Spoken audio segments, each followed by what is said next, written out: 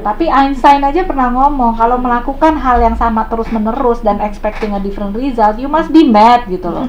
Ya kan, you must be insane gitu. Nah, you want to be an insane person atau mau jadi orang yang sane gitu.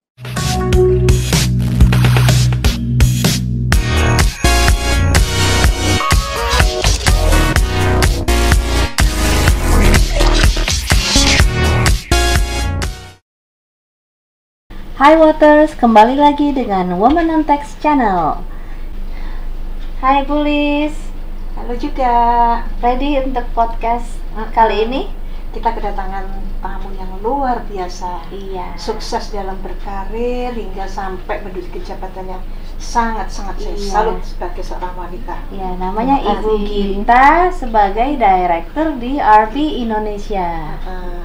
Halo Mbak Dita. Halo, Bu. Apa kabar? Baik. Suatu kehormatan buat kita ya, dan Woman in Text ini kedatangan Mbak Dita di sini.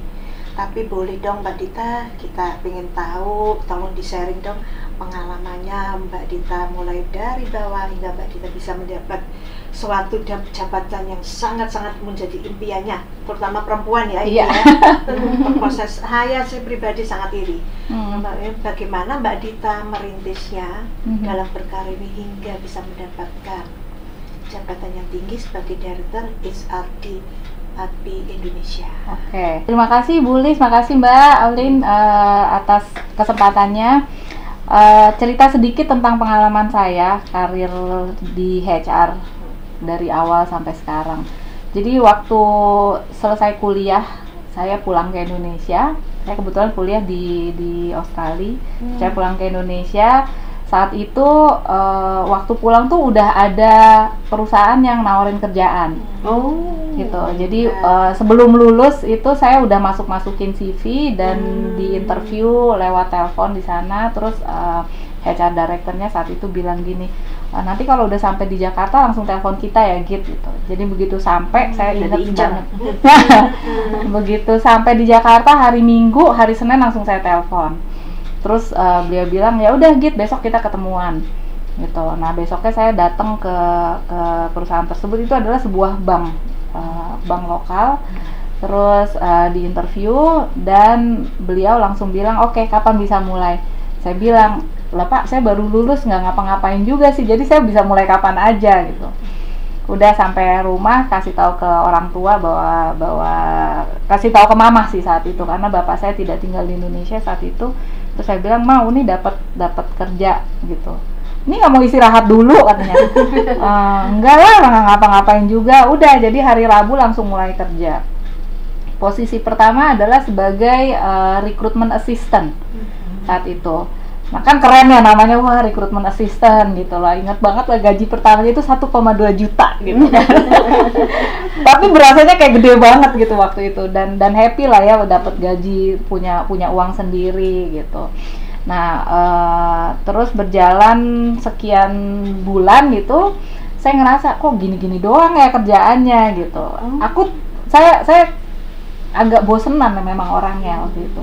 Terus kok dapat tawaran lagi dari Bakri Brothers untuk jadi manajemen trainee gitu. Nah ya udah, saya interview dan diterima sebagai manajemen trainee di Bakri Brothers.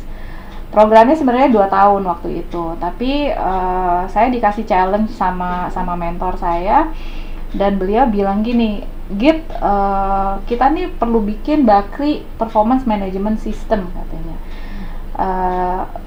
Kamu ngerti nggak cara pakai Claris gitu kan? Claris, tapi saya bilang Claris, oh Claris bisa gitu kan, asal ngomong aja bisa, padahal nggak bisa sebenarnya. Saya cuma tahu Claris Word, jadi waktu kuliah ngetik itu pakai Claris Word karena laptopnya pakai Apple waktu itu.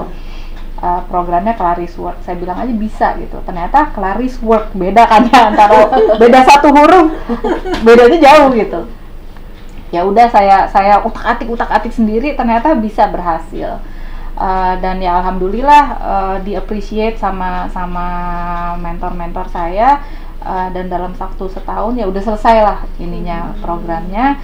Tapi saat itu saya memutuskan untuk balik lagi ke Australia gitu, maka saya balik lagi ke Australia, lanjutin S2 sampai di Australia ya kuliah S2 di sana sambil kerja gitu. Kerjanya sebagai apa? Saya sebagai ini nanny. Sebagai nanny, babysitter. Sebagai babysitter kalau malam, kalau lagi nggak kuliah. Terus kalau siang saya kerja jadi guru ngajar nari. Nari apa tuh? Nari Padang. Nari Padang. Jadi di sana tuh ada Scots College dan mereka bahasa Indonesia itu menjadi pelajaran wajib dan ada Indonesian culture juga. Salah satunya adalah belajar menari gitu. Jadi saya jadi guru nari lah di sekolah itu ceritanya. Nah, terus saya pulang ke Indonesia lagi dan mulai bekerja di FedEx. Di Repex Perdana Internasional, dia pemegang license FedEx di Indonesia. Nah, di sana mulainya dari rekrutmen juga, jadi rekrutmen and HR koordinator lah ceritanya. Jadi waktu itu Repex itu masih belum besar ya, ngerekrut karyawan banyak banget, itu saya pegang sendiri awalnya. Terus merekrut lagi 2 orang untuk di rekrutmen, saya mentoring mereka dan kita bantulah membesarkan perusahaan tersebut gitu, sampai akhirnya saya ditawarin untuk jadi HR manager lah di situ, yang specifically megang rekrutmen sama HR analisis ceritanya. Nah, terus sebagai posisi manajer itu sekitar 2 tahun. Lalu saya resign dan masuk ke Unilab. Dekolsin. Gitu, masuk ke Unilab ya. Di Unilab itu nggak lama karena waktu itu saya hamil dan flek terus. Jadi dokter menyarankan untuk udahlah bed rest aja gitu. Saya jadi bed rest dan sejak punya anak pertama itu saya bilang udahlah saya mau dedicate, mau ngurus anak sendiri lah gitu. Jadi kerjanya sebagai freelance aja gitu, freelancer HR, dan ada perusahaan di Inggris yang hire saya sebagai freelancer untuk HR auditor gitu. Jadi kerjanya keliling-keliling kemana-mana gitu, dan klien-kliennya kebanyakan oil and gas gitu. Jadi saya sering pergi ke Bontang, ke Balikpapan dan lain sebagainya untuk melakukan HR audit tersebut gitu ya. Nah, dari situ kemudian suami saya dipindah tugas karena beliau kebetulan diplomat, terus dipindah tugas ke Ukraina. Ikut dong? Ikut. Ikutlah ke Ukraina itu. Nah, dalam gambaran saya, oh Ukraina pastilah orang bisa bahasa Inggris ya di sana gitu. Jadi saya menyiapkan diri, bahasa Rusia itu hanya belajar nulisnya, baca dan nulisnya. Ternyata sampai di Ukraina itu nggak ada yang bisa bahasa Inggris. Jadi saya, aduh gimana ya cara komunikasinya gitu. Nah, akhirnya saya kursus bahasa Rusia. Di hari pertama saya kursus, ada teman sekelas yang nanya, Gita, what are you doing gitu. Terus saya bilang, oh I'm here as I'm doing nothing basically gitu kan. Terus lo ngapain kesini? Ngikut suami gitu. Lu mau nggak? Do you want to donate your time gitu at the school? Aku kan donate my time. Maksudnya gimana sih donate? Jadi volunteer. Oh, maksudnya gitu ya. Udah.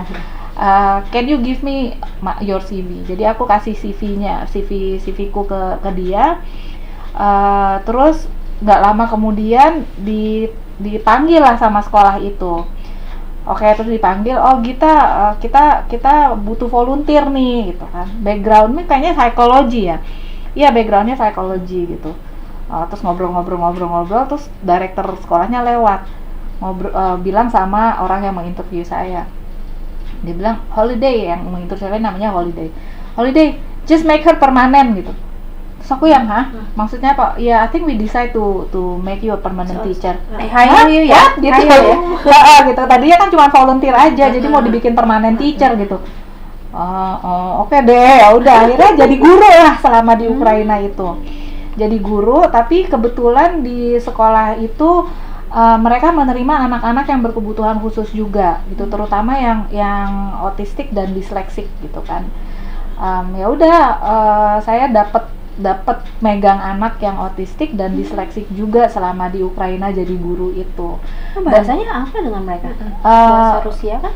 Nah, aku belajar bahasa Rusia akhirnya, belajar bahasa Rusia, dan anak-anak ini kebetulan campur ya, mereka ada orang non Ukrainian, ada yang orang Ukrainanya gitu. Nah, orang Ukraina ini kebetulan yang punya learning disability adalah orang-orang Ukraina. Jadi kemampuan berbahasa Rusia itu membantu sekali untuk berkomunikasi dengan mereka, karena bahasa Inggris juga mereka belum terlalu fasih lah bahasa Inggrisnya gitu.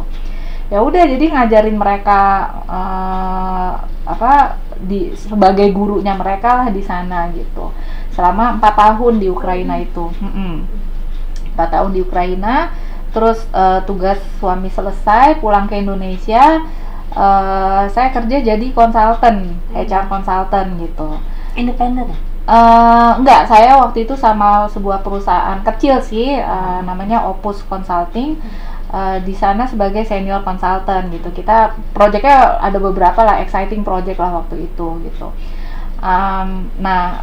Dari exciting project satu ke project yang lain, maka berjodohlah dengan salah satu klien kita waktu itu. Berjodohnya apa? Waktu ngerjain project di sana, terus kok ya HR directornya approach bos saya yang di Opus ini, terus bilang, boleh nggak gue ngambil dia gitu. So terjadilah negosiasi ya antara si bos Nestle, HR directornya Nestle dengan bosku di Opus. Akhirnya aku pindah ke Nestle tahun 2011 aku saya pindah ke Nestle, dan posisinya saat itu adalah sebagai EVP di talent, head of talent, yang megang rekrutmen dan training juga gitu saat itu. Jadi sebagai head of talentnya Nestle, melihatnya tuh bukan cuman apa yang ada di head office gitu. Jadi yang pabrik-pabrik juga, saat itu Nestle ada beberapa pabrik juga kan yang kita yang kita punya waktu itu. Dan produknya Nestle kan tahu sendiri ya, dari ujung ke ujung gitu foodnya gitu. Ada produknya foodnya buat siapa aja, mulai dari baby sampai binatang kan ada gitu kan Nestle gitu produknya. Jadi ya menarik juga sih waktu itu. Wah, banyak banget ya kegiatannya Mbak Gita. Apalagi sekarang ini nih, kita kan sedang masa PSBB. Nah, di RB Indonesia sendiri rata-rata sebagian masuk kantor kah atau full WFH? Oke, kalau kita dibagi dua, yang manufacturingnya masih terus produksi detol ya, jadi masih kita masih bekerja seperti biasa. Kalau yang di pabrik, kalau yang di office, yang di head office bagian komersialnya, kita udah work from home dari bulan Maret. Jadi dari Maret sampai sekarang tuh belum balik-balik ke kantor. Gitu, work from home aja gitulah. Nah, terus Mbak Gita dari home juga? Iya, dari rumah. Koordinasinya juga gimana tuh, terganggu nggak? Mungkin di awal agak terganggu ya, karena nggak terbiasa gitu. Tapi buat saya pribadi yang paling mengganggu tuh adalah gini, nggak ketemu orang. itu jadi kangen ya nggak ketemu orang itu buat saya gengges banget gitu loh. Nggak enak banget sih, karena kalau di kantor itu ruangan saya sama tim kan deket-deketan gitu, jadi kapan mau ngobrol tuh deket gitu. Terus saya juga jarang sekali ada di ruangan, saya sering ngider gitu, keliling-keliling terus ngobrol sama karyawan tuh sering banget gitu. Jadi ruangan saya pun juga sering dipakai sama orang lain, sama karyawan lain untuk pakai tempat meeting lah, macem-macem gitu. Nah itu sih yang dikangenin gitu. Koordinasinya susah gampang, karena kita nggak ngelihat kan orangnya lagi ngapain gitu. Nah feedback dari tim saya sih juga kayak gitu, Mbak, gue sekarang nyari lu tuh agak jadi susah gitu loh, work from home ini nggak kelihatan lu nya lagi ngapain gitu. Ya iya sih gitu, tapi ya anytime you need me just shout gitu, telepon aja gitu kan. Itu sih koordinasi paling kita tiap pagi tuh ada huddle, HR huddle. Terus nanti tim ngasih updatean apa aja mereka sudah kerjakan, project apa aja yang udah selesai, selalu ada update-nya gitu. Gitu. Kita dengan kaitannya Mbak Dita itu kan sebagai direkturnya HR ya, itu kan berarti ada kaitan dengan Mbak Dita harus tahu minimal masalah pajak karyawannya, karena Mbak Dita kan sebagai direkturnya. dengan kondisi pandemi begini ini seperti sekarang ini, apalagi dari Direktorat Jenderal Pajak itu kan sudah mengeluarkan banyak sekali aturan-aturan memberikan kemanfaatan bagi kita semuanya yang atau kata lainnya dengan mengeluarkan insentif pajak. Kira-kira bagaimana ya Mbak Gita menjelaskan ke seluruh karyawan terkait dengan aturan-aturan yang dikeluarkan oleh Direktorat Jenderal Pajak itu? Oke, jadi waktu insentif-insentif pajak itu bermunculan, kan informasinya ada di Instagram, ada di Facebook, di mana-mana ada gitu. Mereka pasti nanya dong. Pasti karena pasti nanya gitu, nanya ke HR. Jadi saya alhamdulillahnya tim saya ini keren-keren banget lah pokoknya mereka gitu. Jadi di backup dengan mereka, Mbak, ini kita ada insentif pajak, itu mulai April kita udah harus hitung.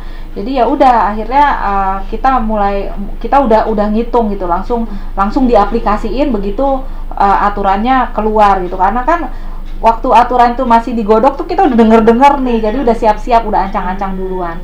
Nah sebenarnya kalau jelasin ke karyawan itu nggak masalah, itu malah mereka seneng gitu, karena kan insentif pajak itu kan ngurangin ininya mereka ya, pajaknya mereka gitu.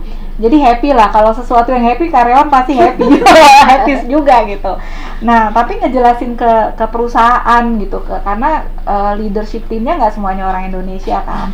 Jadi ngejelasin ke mereka ini ada insentif pajak, jadi kita punya kewajiban untuk melakukan implementasiin ini per April gitu. Nah Arbi itu kayak perusahaan-perusahaan lain lah, when it comes to complying to rules and regulation-nya pemerintah itu nomor satu. Karena compliance peraturan kita tuh mengatakan bahwa dimanapun perusahaan berada, kalau government-nya punya aturan, ikutin tuh aturan gitu kan. Nggak boleh kita nggak comply sama aturan itu. Jadi ya udah, memang langsung diimplementasiin ke karyawan, dan saat itu nggak banyak pertanyaan juga sih, alhamdulillahnya gitu. Jadi sosialisasinya gimana ya, kita memang ada internal communication yang nyebarin informasi tentang itu. Terus biasanya kalau ada informasi baru kita bikin kayak webinarnya, sosialisasinya, supaya ada tanya jawab langsung kayak gitu. Ya untungnya timnya juga solid, kuat ya, Babi. Begitu lagi digodok itu udah mulai cari. Udah mereka cukup kepo kok soal kayak gitu. Gitu. Jadi dia bagus lah gitu ya. Jadi ngikutin bosnya ya, bosnya kemauannya kuat, keponya kuat. Iya, bosnya banyak maunya soalnya. Jadi udah gaung bersambut lah ya Mbak ya. Untuk karyawan nih Mbak Gita, pada akhir tahun mereka kan menerima slip A1 dan dipotong pajaknya. Nah, bagaimana sih menjelaskan kepada mereka supaya mereka mendapatkan informasi yang lebih jelas tentang pajak yang dipotong itu?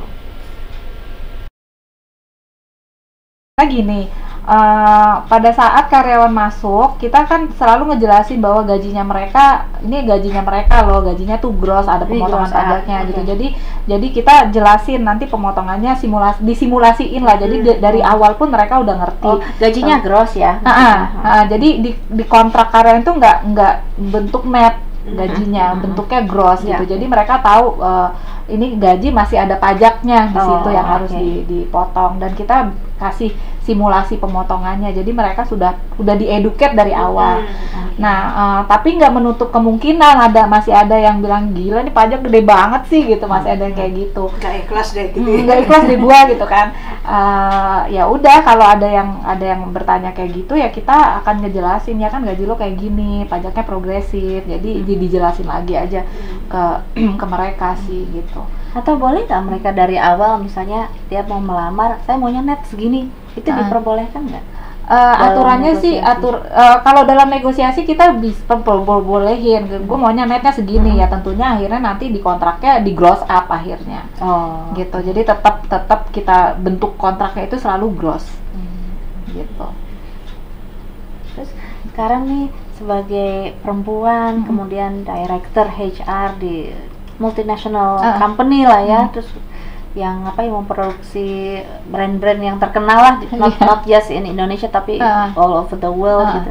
Ada tantangannya nggak sih sebagai perempuan gitu Atau apakah ada obstacles atau misalnya lebih dipermudah buat apakah laki-laki yang dipermudah atau perempuan kah yang lebih dipermudah? Iya. Ada nggak tantangan seperti itu? Sebenarnya kalau di RB sendiri, honestly speaking not so much gitu ya, nggak kelihatan tantangan itu, apalagi kalau di HR gitu kan. Saya diuntungkannya gini, Indonesia itu untuk posisi HR kan nggak boleh orang asing ya, harus orang Indonesia gitu loh. Jadi dari sisi itunya udah regulation Indonesia itu udah mendukung orang Indonesia. Nah sekarang mau laki apa perempuan gitu kan yang jadi HR directornya gitu. At the end of the day yang dilihat adalah fit kan. Kamu tuh sebagai kandidat suatu posisi ini cocok nggak sama posisinya itu sendiri gitu. Is your credentialnya tuh pas atau enggak, terus your personality fit atau enggak untuk role yang akan diemban nanti gitu. Nah jadi untuk di RB saya nggak mengalami challenge itu sih, terus terang aja gitu, karena dari sisi peraturan kita secara global itu juga ada yang namanya diversity and inclusion gitu. Jadi kita nggak boleh mendiskriminate orang berdasarkan gender, nggak boleh mendiskriminate orang berdasarkan agamanya gitu, nggak boleh mendiskriminate orang berdasarkan rasnya, banyak lah pokoknya yang kita harus pegang gitu. Jadi policy diversity and inclusion itu memang benar-benar harus dijalanin, dan itu ada di HR. Responsibility-nya, tanggung jawabnya. Jadi ya saya di posisi yang menguntungkan sih sebenarnya untuk promoting gender equality ya, gender balance di RB. Dan alhamdulillahnya juga di RB sendiri kalau lihat dari people manajernya udah 50-50 kita untuk perempuan, antara perempuan dan laki gitu.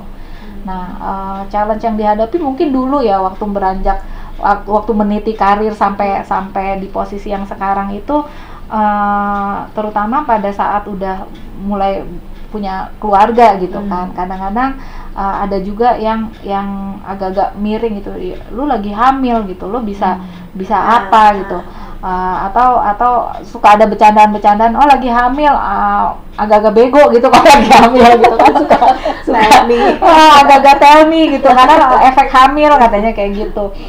Meskipun itu bercandaan, tapi sebenarnya itu kan jadi agak discriminating juga ya terhadap wanita hamil itu. Nah challenge-nya sih di situ, dan kedua juga challenge dianggap perempuan itu less fleksibel dibanding laki-laki, karena kita harus tanggung jawabnya bukan cuma sebagai karyawan tapi juga di rumah ada tanggung jawabnya gitu. Perempuan itu kesempatan untuk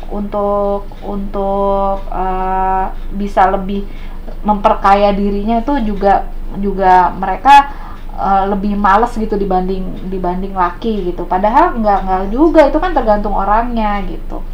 Nah kalau dilihat dari studies yang ada gitu tentang karir perempuan atau laki, oke lah kalau mereka laki sama perempuan tuh startnya bisa bareng di posisi tertentu gitu. Saat berkeluarga perempuan tuh stagnan begini, laki masih naik. Tapi setelah stagnan, anaknya udah lumayan bisa ditinggal, itu lebih peak lagi kurvanya untuk perempuan berkarir gitu. Jadi mungkin bisa melewati yang laki itu. Bisa aja melewati yang laki gitu. Nah, saya sebagai perempuan juga I am really promoting career untuk perempuan gitu, bahwa obstacle apapun juga bisa kok kita hadapi gitu, asal ada kemauan gitu.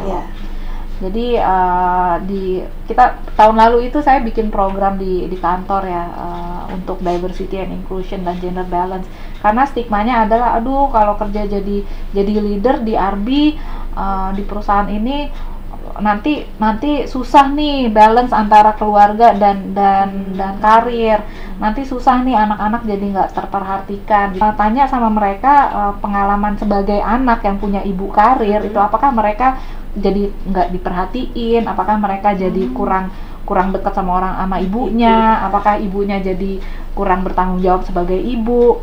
Coba ditanyain itu ke mereka, karena mereka yang mengalami. Kalau kita kan lihatnya dari sisi orang tua, dari sisi ibu kan, gitu. Dari sisi ibu menganggap bahwa, aduh kalau karir gue makin tinggi, makin sibuk, nanti anaknya terlantar nih gitu, bisa jadi terlantar nih anakku gitu kan. Nah anaknya ngerasa terlantar apa enggak gitu kan, gitu. Jadi ya udah akhirnya kita panggil anaknya jadi bintang tamu. Kebetulan saat itu di Arbi itu ada 4 orang direktur perempuan. Kita panggil anak mereka, anak saya sama anaknya teman saya satu lagi. Mereka di interview gitu, ditanyain gimana sama mama, kurang perhatian apa enggak ya, kayak gitulah. Jadi karyawan perempuan yang lain mendengar langsung dari anak-anak ini gitu, dari perspektif mereka gitu. Kalau dengar ada bukan katanya langsung dari benar, langsung dari pengalaman mereka, biar dengar sendiri gitu persepsi anak apa sih gitu. Gitu. Sampai segitu ya, salut Mbak Dita. Abis kalau nggak dengar dari anaknya kan kita berasumsi ya, orang tuanya berasumsi. Emang niatnya sih bagus ya, tapi kadang-kadang yang saya lihat tuh orang tua berpikir A, anaknya mikirnya nggak A, anaknya mikirnya B. Bisa. Ternyata. Gitu. Orang tua pikir anaknya butuhnya C gitu, ternyata anaknya nggak butuh C sama sekali, butuhnya A. Beda lagi gitu kan. Tapi ternyata hasilnya setelah anak-anak jadi bintang tamu positif semuanya Mbak ya? Alhamdulillah sih, maksudnya mereka mendengarkan dari anak kan, pandangan mereka kayak gimana. Enggak kok mama, biasa aja gitu, enggak ada perubahan juga lo jadi wanita karir, kita juga dapat perhatian juga kok gitu. Jadi setidak-tidaknya udah ada gambaran lah bagi karyawan yang anaknya masih kecil mungkin ya, bahwa anak-anak ini sejak kecil orang tuanya udah wanita karir gitu. Jadi bisa-bisa aja kok juggling gitu antara karir dengan parenthood gitu. Salut Mbak Dita ya, sampai ingin memajukan sampai begitunya mendatangkan anak-anaknya menghilangkan image kalau nanti kalau gini-gini aku tinggi, posisi tinggi, anakku jadi korban. Itu sebenarnya ya memang sebenarnya nggak perlu itu ya Mbak ya, gitu, nggak boleh ketakutan. Itu ketakutan yang berlebihan kayaknya. Iya kan, kadang kalau kita boleh ngomong ya, kan katanya kalau kita ketakutan dalam ucapan kita itu doa. Iya. Kalau kita ketakutan itu bisa ucapan adalah doa, benar. Dan keuntungan juga kan buat Arbi, soalnya siapa tahu ada perempuan-perempuan yang sebenarnya mampu menduduki posisi yang bagus, tetapi karena khawatir yang tidak terperhatikan, ya akhirnya jadi mundur. Padahal sebenarnya bagus buat karir wanita itu, bagus juga buat perusahaan. Iya, betul. Makanya Arbi benar-benar benar-benar beruntung kayak Mbak Dita sebagai HR director. Jadi kalau gitu kalau dilihat dari omong-omongannya dengan Mbak Gita itu, Mbak Gita tuh kelihatannya benar-benar orangnya tuh tipikal yang sangat optimis. Saya harus bisa, makanya tuh begitu, dan tidak mengenal pantang mundur. Kira-kira Mbak Gita dengan tantangan yang dihadapi mulai pertama yang saya dengar Mbak Gita sampai sekarang tuh benar-benar tantangannya tuh sangat besar, dan Mbak Gita sangat optimis. Ada sih tantangannya tuh sebenarnya gini. Arbi itu kan bukan perusahaan yang baru berdiri kemarin sore ya. Jadi ada legacy zaman dulu lah yang praktek-praktek yang masih diaplikasikan sekarang. Nah, saya tuh tipe yang orang yang nggak suka orang bilang biasanya gitu Mbak gitu. Nah, jadi kalau udah mengalami situasi di mana biasanya begitu Mbak kita ngerjainnya, oke, fine, biasanya kayak begitu. Tapi Einstein aja pernah ngomong kalau melakukan hal yang sama terus menerus dan expecting a different result, you must be mad gitu loh. Ya kan, you must be insane gitu. Nah, you want to be an insane person atau mau jadi orang yang sane gitu loh. Ya yang sane lah Mbak, yang normal, yang waras gitu ya. Udah, then think about something different gitu loh. Kalau kamu mau membuat perubahan, ya it has to start from you gitu. Otherwise kamu nanti yang dirubah gitu. Nah lu pilih mana? Pilih gua ngerubah lu, apa lu berubah duluan gitu loh. You change or be changed kan. Itu aja intinya. Jadi kalau teman-teman atau tim udah bilang Mbak biasanya kayak gini, aku akan challenge. Oke, biasanya kayak gitu, bisa nggak you do something different gitu. How can you do something different? Gitu. If you don't do something different, ya resultnya itu Ya, aja. resultnya itu aja gitu. Nah, aku akan mengatakan biasanya kayak gimana itu untuk kalau itu sesuatu yang baru, yang belum pernah dilakukan sebelumnya. Aku akan nanya, biasanya dulu gimana sih ngerjainnya? Biasanya ngerjainnya kayak gini. Hasilnya gimana? Oh, hasilnya begini. Oke. Nah, aku akan lihat nih bisa lebih bagus nih hasilnya. Gimana caranya supaya lebih bagus hasilnya, lebih improve hasilnya, nggak seperti dulu. Gitu sih. Jadi in the spirit of self improvement lah, gitu kan. Kita kan sebagai manusia nggak mau begitu aja ya. Ya, monoton ya, Mbak. Monoton, dan harus ada hari esok harus lebih bagus lebih dari. Duh, semangat banget ya dengar obrolan Mbak Gita. Orangnya semangat, kemudian orangnya passionate gitu. Kemudian sebagai HR dan perempuan, menurut Mbak Gita nih, perlu nggak sih kita tahu, atau sebagai perempuan nih kita tahu tentang pajak? Menurut Mbak Gita bagaimana? Oke. Ya, menurut Mbak Gita sendiri. Saya tuh paling sebel kalau ada orang yang nggak comply sama aturan ya, gitu. Jadi saya pribadi beranggapan bahwa aturan itu dibuat ya harusnya untuk ditaati. Nggak bikin aturan tuh bukan untuk keburukan lah, pasti untuk kebaikan gitu. Nah, pajak ini buat saya ngelihatnya ya udah, ini kan buat kemaslahatan umat ya, gitu. Jadi secara umum kan untuk itu. Jadi ya buat saya sebagai mau perempuan atau laki ya harus taat gitu sama pajak. Nah, kalau untuk perempuan sendiri gimana?